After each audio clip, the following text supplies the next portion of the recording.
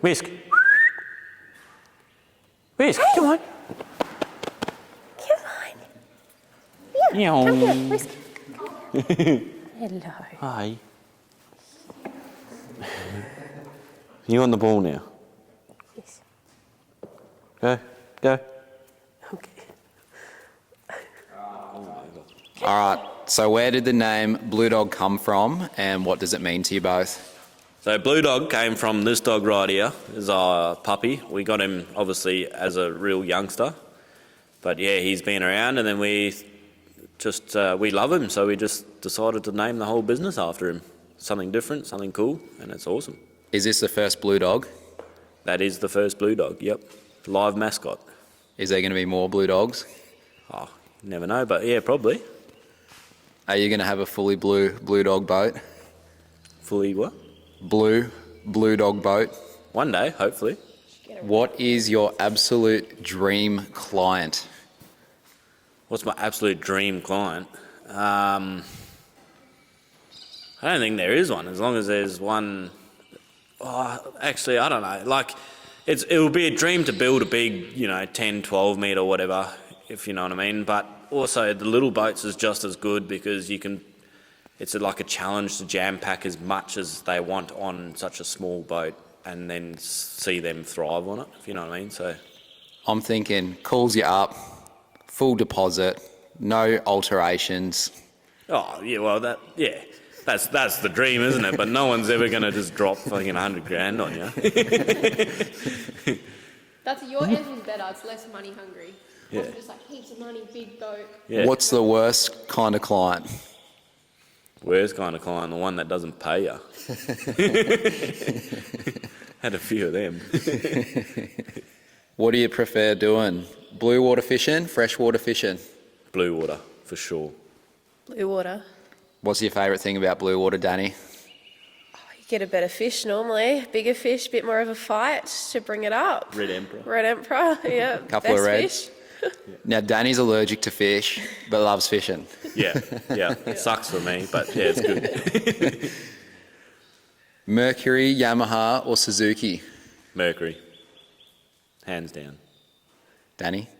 It's a motor to me. It gets you from A to B. Best place for an Evinrude? Bottom of the ocean and mark that spot. Correct. What got you into boat building, mate? Just the passion of boats, love fishing, love building stuff, and it's just the combination of building things and fishing. Why wouldn't you? So Andre was telling me before the real reason was that he was knocking year sevens out in school. And his parents said, righto, you got to get a job or you got to knuckle down. Yeah. What job did you say you were going to do? He wanted to drive trucks. Yeah, I wanted to be a truck driver. Still does. Parents went, nah, that's not happening. Pick something else. So Blue Dogs. Well, what happened really? What's the story? So you left school. Left school, went straight into a trade with a plate building company in WA. Did my apprenticeship through them, stayed on for a couple of years, and then I went and tried different avenues and then ended up back at the same place I started with. And then, we just had the opportunity to start our own gig up, so we took it and ran with it. And we got here so far.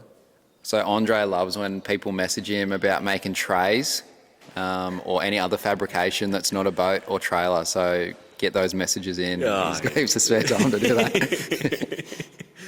Where do you both love taking boats the most or going on a camping trip if you can't take a boat? So I like taking a boat. Exmouth's good, but I think I'm going to start going a bit further north now. Dani's from Wickham, Karratha area, so they've got a lot of family friends and all that up there, so we want to go try explore that area. The Dampier Archipelago, best spot to fish, just offshore. You don't have to go too far to catch your red emperors or any kind of red. It's the best spot, only 40 metres, unlike Exmouth. 100 metre drop. Easier to fish and bring up. Yeah, Em has been introduced a lot to 150, 200 metre fishing lately and hasn't really done any shallow stuff. So Yeah, I think she's going to hate doing deep stuff once she starts doing some shallow. Yeah, you just need those electric reels. Yeah. That's what I said. Electric reels, no problem. You reel one fish in from 150 metres and I'm spent. Yeah, That's it. you're done, yeah. That's all my effort got gone. And then it's a Sambo. Toyota versus Nissan. Toyota. All right, this one I'm going to give you a bit of time to think about, but if you've got one ready to go, we can go for it. Best fishing story you have. It can be something someone else has told you. It can be made up, but the best yarn you've ever heard that's got to do with boating, fishing, like, you know, the 3 metre flatty or gone out, got a massive hook stuck in the hand, something like I that. couldn't even tell you one, eh? The one where you went fishing and your mate flung the shark on the boat. Oh, yeah. Yeah, okay, I can tell you that one. So we were up at Coral Bay. Weather was absolutely shit house. So we were in beyond the reef, just putting around, trying to get a spango, all that kind of stuff. Anyway, not having too much luck. And anyway, one of my mates, he's kept hooking onto this fish and just could not get it to stick. Anyway, we ended up saying to him, we're on the beers and all that, and we ended up saying to him, all right, third time lucky, otherwise you walk in a plank, but there's a 3 metre bronzy just swimming around and all that. Yeah, so if you don't get it in the third time lucky, you're walking the plank and you're going in, and then next minute he hooks onto this thing again, winds it in, just winds it in, and then just doesn't even just the eyelets and everything, he goes through the end of the rod and everything and just flings this thing, it's like 1.5 metre shark, just flings it in. And then it gets it on the deck. Everyone literally scatters and jumps on all the seats and all that because they're on their toes chopped off. So yeah, it's the first time I've ever been fuck, I need to jump on something here. Scared of it. And then then it all settled down and we all realised that it was a shark and all that. And then he had the audacity to go, all right, hang on, let me put my shoes on first. While there's things flapping on the deck, let me just put my shoes on first and then I'll sort it out. So then, there's him putting his socks on and then his shoes on and then sorts it out. And then he actually kept it and ate it. It was a good shark. Nice. What made you decide to go out on your own? What made me go out on my own? Sick of working for people. Not doing the right thing by you, all that kind of stuff, so I took the bullet. It was a big jump, it was a big hurdle to try and, start a business, get your name out there, all that kind of stuff. But we started small and we're slowly growing. But I'll never go work for anyone else anymore. So.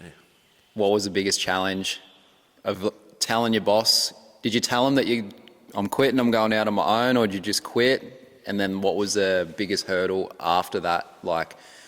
So getting all the equipment, I don't know, finding a space to work out of. What was the biggest challenge after telling your boss, if you did?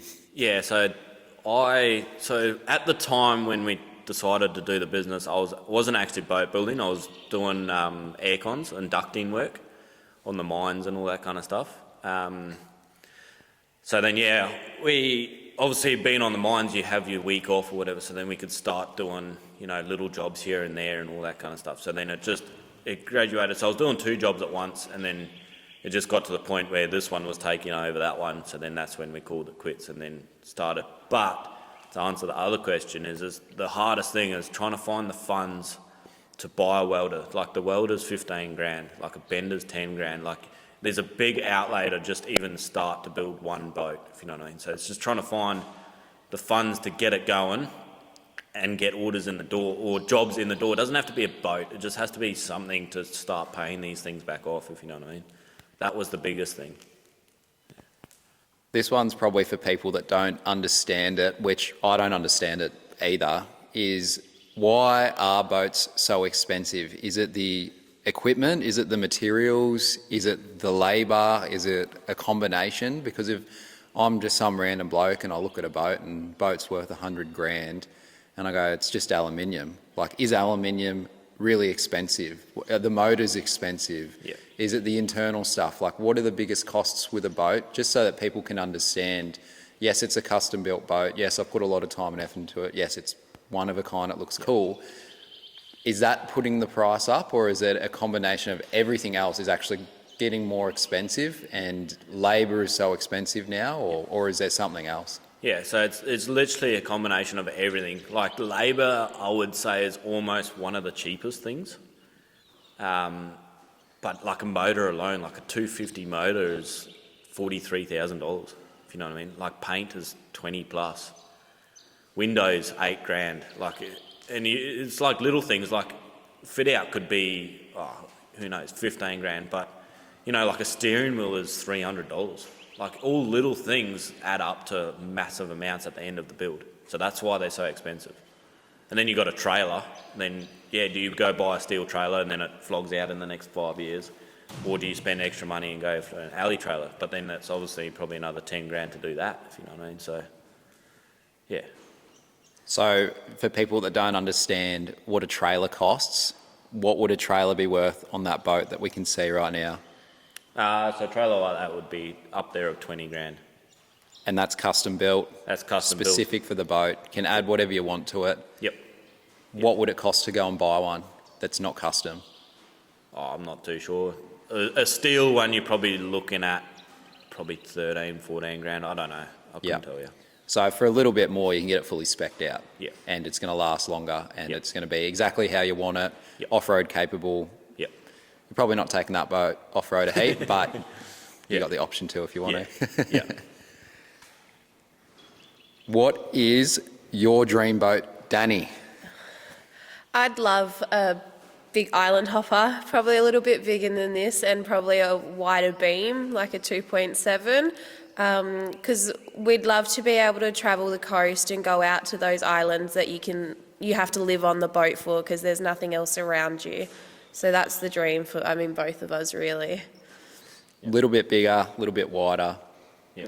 And that's the whole sole reason why we designed the island hopper, if you such. Like you can, it's self-efficient to stay on the boat. You don't need to see land for 3 days or whatever, if you know what I mean. You can literally sleep on the boat in the middle of the ocean, just floating. So yeah, that's why we designed it. What colour are you going to paint yours? The one exactly behind us.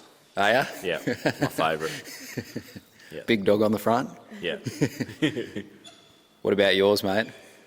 My favourite boat? What would your dream boat? Well, I could go like a big 12-metre centre console, like those big American ones. That would be sick. Because it's still got a bed and all that kind of stuff in it. But yeah, then you're getting into, you can't tow it, can't do this, can't do that. So ideally, in a perfect world, probably like an 8.5 metre island hopper, something like that. You've got the best of both worlds, heaps of deck space, you can still sleep on it.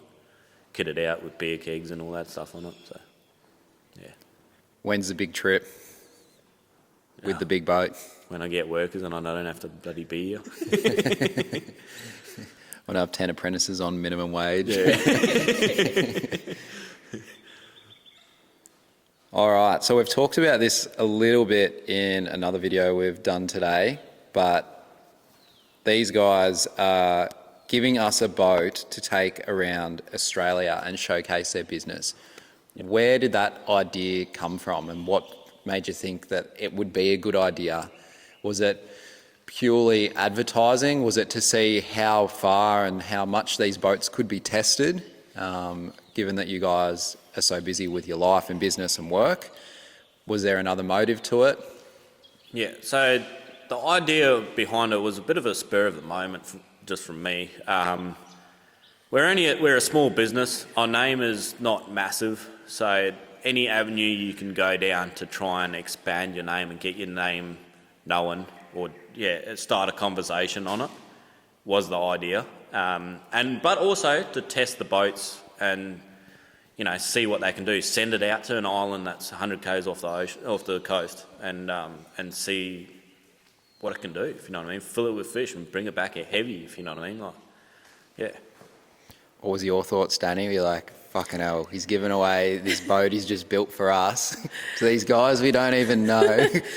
Pretty much. I was like, let's use this one and then look at building another one for someone. Yeah. But, timing was right with the boat show coming up. It meant we got to meet you guys, and have those discussions straight away. So like Andre said, it was a bit of a spur of the moment, see if you guys were interested, and here we are. So to give it context, we got invited to the Perth Boat Show like 6 months ago, and I wasn't really that keen on it. I didn't really know what it was. And then we kept getting invited, and I was like, all right, I'll go. And then the bloke that was inviting us cancelled it. Well, someone above him cancelled it. It was like a creators hub thing. And then like 10 days before it, he goes, oh, actually, we want you to come. Can you make some videos and stuff for it? And I was like, oh, righto. And it was all really last minute. We couldn't do it to the level we would like to. And I put a video up, and I'm not sure if that's what Andre saw, but I just got this message saying, hey, mate, how you going? I'd love to give you a boat or make you a custom-made boat. Let's have a chat. And I just replied to him, hey, mate, sounds real good. Let's catch up for a beer first. Because I was like, this fucking dude for real? Like, what's going on? And then caught up with him at the show, met his family. Like, I feel like we got along pretty well straight away. Got on the beers and discussed kind of how it could benefit the business. We're both pretty open and transparent. Like, it's all win for us, but we've got to make it work the best for these guys and promote their business and get the name out there. And I think the kind of fishing and lifestyle me and Em do is going to be pretty cool to showcase this boat. But yeah, it was pretty much a few beers, handshake agreement. I'm sure we'll get some more finer details worked out. Yeah, we will. Contract written up or something, or whatever these guys want to do. But yeah, we're looking forward to a real long-term, awesome relationship. Yeah. And yeah, we've been spending heaps of time with these guys now. Yeah. I've been going camping with them. Oh yeah, anyway, we'll talk about that later. We'll talk about that in a month's time, all those things. All right, a few more questions. This is going good. Yeah. This is sweet. I like this. It's who you are. That's the thing. When you see it's like all script, like this is like, I've got a few questions, but when it's all like scripted and it's weird. You know? Yeah. You, just want You feel awkward as fuck. until we actually think, like if you do like swear a little bit or you, I don't know, that's a bit of your personality. Yeah. It's like, that's what it is. Yeah. You know, you're not being an arsehole, you're not being a dick. You're just explaining it. Yeah. All right, Dani, this one's for you. What did you think when Andre said, I wanted to start a business? Were you, hell yeah, let's go, fully supportive? Oh no, I don't know if we can afford this. I'm not sure if we're ready for this. How'd you feel? When I first met him, he was always wanting to run his own business, so it was kind of always there. It was just what he's wanted to do, so he had to just go with the flow. Andre's also a person who will just do what he wants anyway, so can't really stop him. But yeah, I mean, it's been a really cool process. Like many, you don't really get to see how a boat's been built, so it's been cool for me to witness that. I get to come in and help him as well, which is quite fun. But yeah, you've just got to go with the flow, see where it takes you. It's definitely been stressful at times, but yeah, he's always wanted to do it since I met him, so couldn't really stop him. All right, Andre, what is the hardest part about making a boat? Or the part you like the least? There's two parts I hate. It's cutting in and out the stencil. I reckon that's just tedious and pain in the bum. And then it's the complete opposite end of the build too. It's the finishing touches where there's 50 things on a list to do, and you get 6 of them done in a day, but it looks like you've done nothing. So you just finish the day going, oh, what did I actually do? If you know what I mean. But you actually do tick off, but there's like little brackets here and there. It just frustrates me. What is your favourite part about building a boat? Favourite part is seeing it all done and handing it over to the customer, and seeing their reaction and getting it out and getting photos of them catching fish and all that kind of stuff. That's the cool part. But that's not really anything to do with building it. I do like the process once we've flipped it back over and the cab starts going on and it actually starts looking like a boat. You just feel like, you're getting somewhere and all that. So yeah, I like that part. Yeah. So we're going to do a video later on as well about the full like start to finish of building a boat? Because I think that's something that people are interested in. So give a brief, like, 5-step process of how it all actually begins. So someone comes in or calls you up, have a chat about the design or what they kind of want. Yep. Then you send that off to the engineer, and then they send a pallet. Like, you talk me through it, because I don't know exactly what it is. But like, if I was going to call you up now and go, hey mate, I want to buy a 7-meter boat. I want to put like a 250 horsepower motor on the back of it. Do you have a boat for me, or do we build one based off spec? So talk me through that process. Yeah, so if we don't have one already in our fleet, we get one designed and custom designed or whatever. And then in saying that goes to our designers, all that kind of stuff. It gets tested. It goes through all the testing it can do before it even gets cut out. So get the balance right, all that kind of stuff, weight of the motor, all that. And then once that's been all approved, all that kind of stuff, then it obviously gets sent off, gets cut out. It arrives here in a 9-meter pallet. We obviously forklift it off, get into it, get cutting it out the stencil, and then pretty much the build process starts from there. How do you forklift off that pallet? Because we had a look at it last night, and it's massive. Do you just put it in the middle of it, or do you need 2 forks? Or Nah, so I've got a custom-made jig, which it's a 4-prong spreader bar, pretty much. Yep. So it lifts, I think it's 4.5 meters wide. So yeah, it lifts 90% of the, well, not 90%, half of the pallet. And because we were having dramas with the thing snapping in half. So yeah. The whole pallet? The whole pallet, yeah. So we had this jib made, and then now it's easy. But if they overload it, the forklift wants to tip. So yeah. How heavy is it? Well, that pallet over there is 1.5 tonne. If it's any heavier than that, we can't lift it. Yeah. Yeah. So they've tried to give me one pallet that's loaded to 2.5 tonne, and it just didn't work. I had to send it back, tell them to put on 2 pallets. Really? Yeah. Yeah. Is that local, or has that come from the East Coast? No, it's all cut here locally in Canning Vale, so only 40 minutes away or whatever it is. Yeah. So yeah, it's all local. How many boats have you had? How many boats have I had personally? Yep. 4. I've had 4 of them, and the first one I ever owned sunk, and I rebuilt it, and then I called it Arse Up, so because it sunk. And anyway, yeah, we built that one, sold that, and then we upgraded to our newer one, which was running, and then now it's in about 1,000 pieces, getting a full rebuild. And then the other 2 I've still got. One's upside down in the paddock doing absolutely nothing because it's got too many holes in the bottom of it. And then the other one is a little 5-meter tinny that we're doing up to take down the dirt tracks and camping, and you don't really care about, so yeah. How many cars has Andre had, Danny? Danny can answer this one. More than he's been alive. Yeah, be over 30 now. And how old are you? 26. I want you to tell us a little bit about your parents and the boat that they've got and what they do on it. Yeah, so my parents have got they've got the bigger version of the eyelapper, so they got the 7.5 by 2.7 beam. They live down in South Yonder up on the water, so it's super easy for them. They just reverse their boat off their dock and go down to Mandurah and go for a feed at the pub, or do whatever, go out and get whiting or chill on the sandbank and go for a swim in the middle of the summer. They live the best life down there. It's good. You were telling me that they get the boat out. I can't remember where you said they drove to. It's like 20 minutes away. They'll go to the pub, get on the cans, and then just sleep in the boat rather than go on the 20 minutes back home. Yeah, exactly, yeah. Yep, that's what they do. So they just go across the estuary, go into the marina, hire a marina pen, and then they hit the pub, get absolutely sloshed, and then just walk back to the boat and sleep on the boat. So good. It's a good life. Have you taken any boats over to the East Coast yet? No, not yet, but it's in the bucket list, but I don't think it'll happen for the next couple of years, I don't think.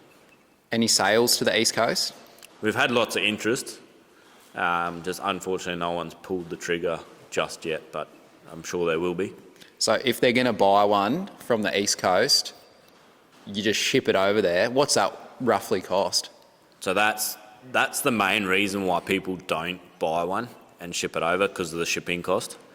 Like, we've had quotes from anywhere between 15 grand and 26 grand to truck it over, especially if it's 2.7 wide. Just because it's oversized, the trucks can't tow 3 trailers when it's oversized. They can only take 2, so then the price just skyrockets. So that's 90% of why people have pulled out. It's just the transport side of things. Yep. And you were telling me the other day, I can't remember the numbers, that there's only a few custom boat builders on the East Coast, is that right? Compared to WA? Yeah, compared to WA, like the whole East Coast, I couldn't tell you the exact figure, but from what I know, there's probably maybe 10, I would say, all the way from Melbourne to Queensland, where in WA there's like 30. Like, there's that many over here, it's crazy. Why is that? I think we just got a massive marine industry over here. Like, we've got Austral ships, all that kind of stuff. Like, there's a whole suburb dedicated to marine industry. So yeah, like it's big over here. All right, Danny, I've got a few questions for you. Now, you need to rate these things 1 to 10, 10 being best, 0 being the worst. Andre's patience. 0. That should be a negative. You know, mate, it's not your turn. Stubbornness. 0. Work ethic. Oh, that's a 10. Oh, he's sitting in the middle now. Would he do anything for a mate? Yeah, he would. Is he someone that if you're in trouble, you would call? He'd laugh at you first, but yeah, he'd help. Yeah. I didn't write all these down. I had these for someone else the other day. It was good. We might come back to that. I'll hit you with a quick fire one. Fuck. There's a boat over here, which these guys have. Just change this. So this is a bit of a prototype. You can see it's a bit of a weapon. It's got 2 massive motors sitting on the back. What is the plan with this? So this is one of my personal boats. So we did buy it. It was a centre console, had an inboard in it. We took it up to Exmouth for a game fishing comp. Absolutely had heaps of dramas with the motor. It wasn't fun. Didn't trust it. All that kind of stuff. So we ripped the inboard out. We brought these 2 second-hand outboards, potted it, and then gutted it. Well, while we're potting it, we're like, let's just have a look at the fuel tank, all that kind of stuff, and it dug way too far into it. So now we're balls deep in it. But once it's done, it's going to be good. It'll be like 700 litres of fuel in it, and then it'll be a big centre console with another station on the roof that you can drive from. It'll be pretty much a game fishing boat set up for that. Did you say 700 litres? 700 litres of fuel, yeah. How long's that last with those 2 motors? Don't know, because we've never had them running, but it'll be a while. With the twins, you'll probably get good fuel economy, so. You reckon? I reckon. Well, it's 550 horsepower on a 26-foot boat. Yeah. Like, they're not working hard. But yeah, we've all got a carton on how fast it will go. Yes, I need to buy into this as well, because what did you say? I personally want it to hit 55 knots, which is 101 on water. Yeah, I think I said like 97. Yeah. Which I cannot base that off anything. Well, put it this way, the inboard was a 300 clapped out horsepower inboard, and that did 33 knots. Yeah, right. So we got an extra however many horsepower to 550. Yep. And Yep. then, yeah. Yeah, it's a lot. We got pretty much a whole nother motor. So we're sitting in Andre and Danny's shed right now. We're out in Serpentine. They've gotten a property out here specifically to build boats. Tell us a bit about the setup, mate, and what you love about having your own space and the equipment you have that you like, or things that you're looking to get in the future that might make you be able to scale the business more or make it more efficient. Yeah, so obviously being out on our own property, you can do really whatever you want. You're not restricted to times like work times, restricted where to store stuff. If like say if you're in a shared units and you've got a factory in a unit, it's like you put a boat outside and then it's in the way and then someone's going to complain. It's just a nightmare, if you know what I mean. So being out here, you can, it's good. You can just do whatever you want, and put shit wherever you want it, if you know what I mean. So yeah. What equipment would you be looking at to make the job better or easier? Yeah, so we're looking at getting a new like cutting saw, just to make that side of things a bit efficient. One that like the blade gets cooled so it all cuts clean, all that kind of stuff. And then there's lots of little bits and pieces. We would like to get a big press brake bender instead of a pan brake, but that'll be way down the track. And also a CNC router would be good, but yeah, that'll all come down the track somewhere. What are both of those two things you just mentioned? So CNC router is obviously how the boats get cut, so you can do like all sorts of like cool fancy designs and just put bracketry everywhere with your logo in it or that kind of stuff. And then the bender is just pretty much a big blade bender that comes down, and it's a bit more efficient than the bender I've got now. Cool. So on the farm, we just talked about the shed. They're running sheep. They've got cattle that they had, or the neighbours had, that they like leased the land out to. Had chooks. What else have you got going on to keep yourself busy? Well, tell us about this place. So you got this place last year or a couple of years ago? No, we got it back in 2019. Moved in 2019. It's 25 acres. We had cattle here for a bit. They've just left, but we've got 20 plus sheep at the moment, and then we had chooks, but unfortunately, we had chooks and ducks for eggs, and unfortunately a fox got all of them in one night, so that was a bit disappointing. There was like 20 odd chooks. It was going to be a fat fox, that one. But yeah, so that ended the chook run. But we'll get chooks again. We've got another pen for them. But yeah, we're just lacking on time to sort new chooks out. But yeah, I want a donkey and Dani wants a Highland cow. So yeah, we'll eventually get one of them. Tell us about this cow, Dani. It's one of those really fluffy, cuddly looking cows. They're big, they got little horns, they got like a little fringe over their eyes. Tame. They're tame, you can cuddle them. If you get a miniature version, people bring them in their house like a dog. It's just a cool pet to have. Like, it's just an expensive pet to have. That's why we haven't got one yet, but yeah. Right. We did have a goat. So the funny story, we brought a mate of mine, he's like, I really want a goat. So we brought him one for his birthday for $50. We brought this goat. So we brought it here, and it was obviously like they've trained it as like a dog. Like we tried to put it in the paddock and it wouldn't stay in the paddock. Like it would get under the fence, over the fence, whatever. Anyway, so they were like, stuff that. It would come and literally sleep under our patio right next to the couch. And we're like, this is not good. You've got to go in the paddock. Anyway, put it in the backyard, and the thing came through the dog door into the house. So I was like, this thing has to go. So yeah, we had to donate it to A sanctuary. a sanctuary. Yeah, a goat farm came and got it, and then they do something with it. So all it wanted to do was love you. Yeah, and you got rid it of was literally a dog, and we called it Sid because it looked like Sid off Ice Age. It wouldn't let you pat it though. Nah. We actually have a similar story. We had neighbours that had a goat and they domesticated it, and we used to look after it, and it used to like sleep with us. Yeah. Like not in bed and stuff, but when you're a kid, like having to lay down outside and on our trampoline, it would just like lay with you. It's the same as this thing. This thing is like this dog. It had to be right next to you. And like you got up, it got up to follow you.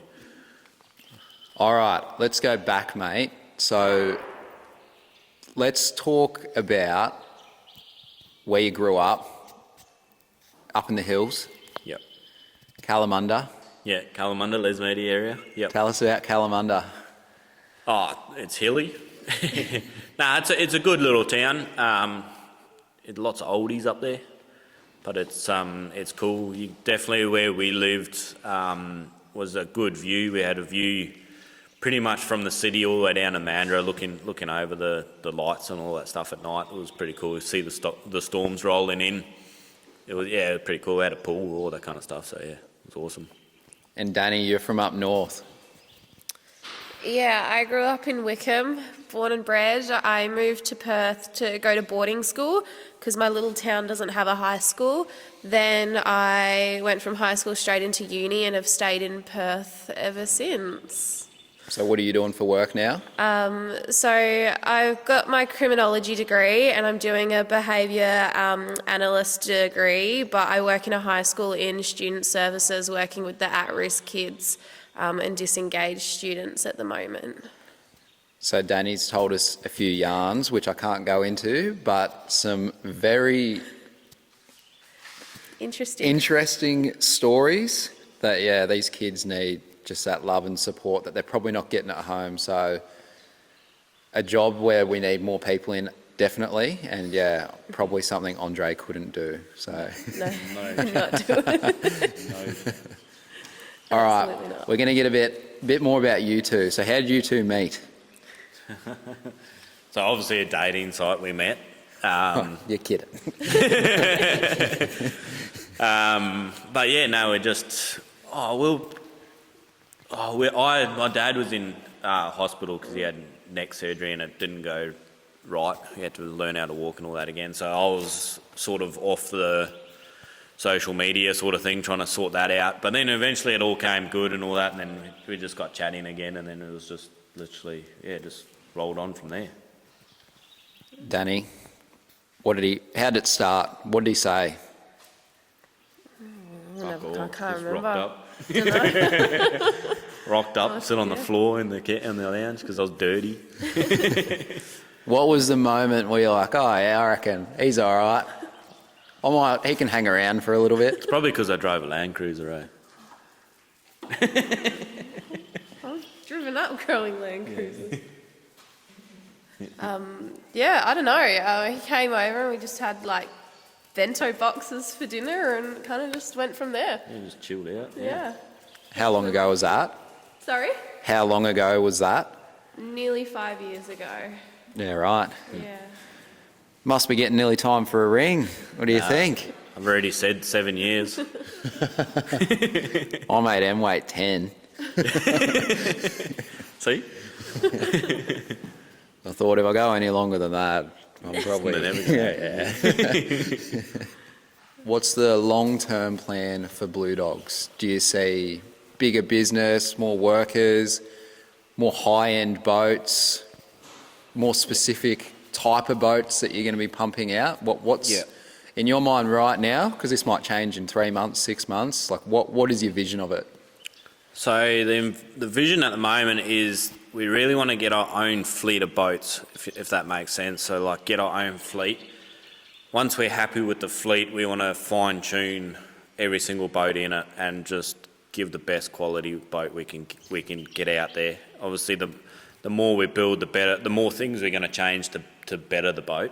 That's the idea at the moment. And then just once that's all sorted, just keep growing the business and don't want to be too big, but definitely have a few workers and all that. So then I can step off the tools and just run the joint. And if you take a step back, which kind of is hard to do, but if you can, that's the obvious goal everyone's trying to do with the business. What would you be doing in your spare time? Use the boats more. I barely get to even go out on a boat nowadays. Like, if the weather's good one day, just go for a fish or whatever, if you know what I mean. I don't even really have weekends to myself anymore. So if I do have weekends, go camping or shooting or whatever. Just go and enjoy life, eh? We probably haven't talked too much about fishing either. We kind of briefly touched on it. What would you say? We'll go with you, Danny. What's your favourite type of fishing? Do you like, I know you said you like catching red emperor, but do you like bottom bashing? Do you like trolling? Do you like casting? Do you like using bait? Hates trawling. Bottom bouncing is what we like to do. Yeah, I find that the easiest. You just drop it down, wait for a bite, reel it up, Simple.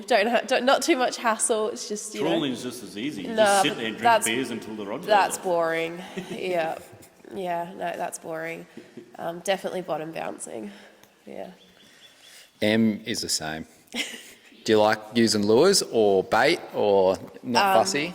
I've only really used bait. Andre's trying to get into more lures and jigs and all of that. But yeah, grown up using bait. Old faithful. Yeah, can't go wrong. Now, Andre, we know you love chasing marlin. Is that your favourite though?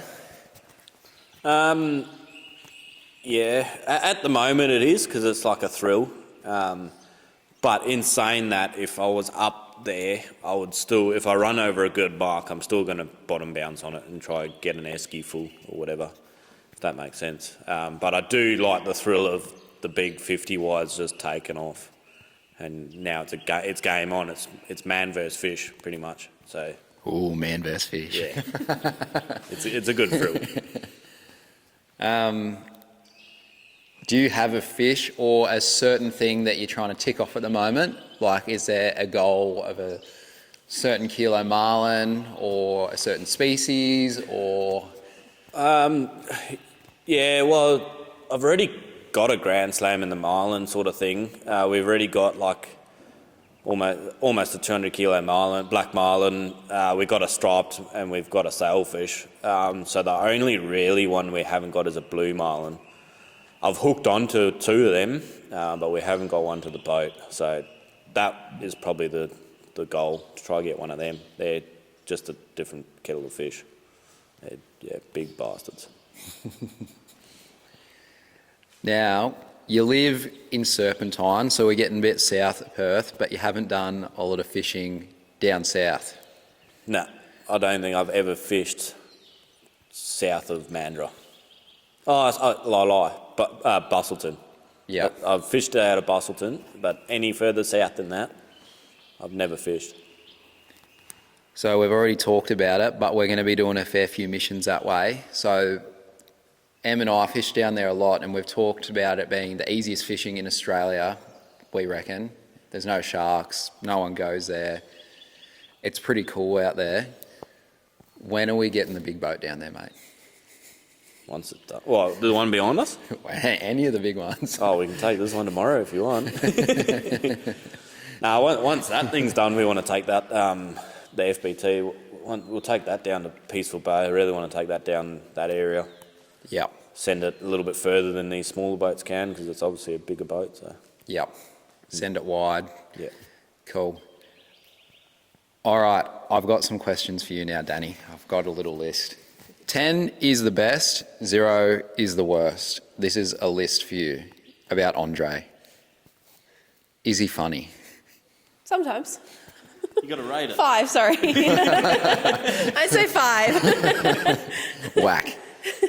Driving skills. Fucking a million compared to yours. Some days are 10, other days I think we're going to crash. Nah, we're great. Do you ever fear for your life when he's driving? No, Andre, shut up. a lot of road rage. There's a lot of road rage there, yeah. But no, I don't fear for my life. Patience, 0. stubbornness, 0. caring, Oh, yeah, sometimes probably like an 8. work ethic, 10. fishing skills. Oh, I think in Exmouth it's probably more a 10, but when we've gone out in Mandurah, he's brought nothing to the boat, so a 0 there. Yeah, it's tough around there, I reckon. Metro fishing is just no good. Yeah, it's pretty shocking. How is he on the welder? Oh, yeah, he's a 10. Gun. Second best in the world. How is he on the stove? Oh, 0 on the stove. Oh, come on. Who cooked you the steaks? The other That's one? on a barbecue, Yeah. not a stove. Same You thing. can't cook shit in the house.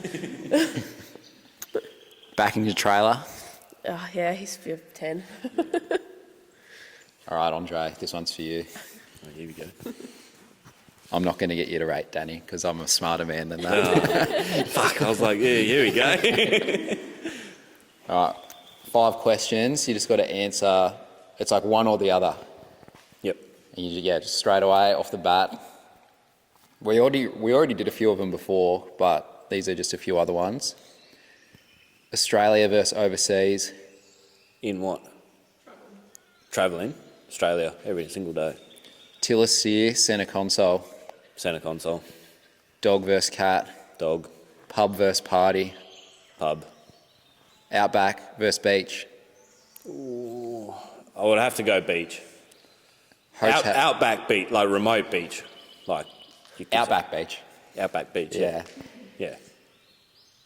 Hotel versus camping. Camping. Beer versus rum. Rum. Rum versus whiskey. Rum. Rum versus vodka. Rum. Rum versus white rum. Rum. All right. Rum versus red wine. Rum. What's your dog's name? Whiskey. His name's Why?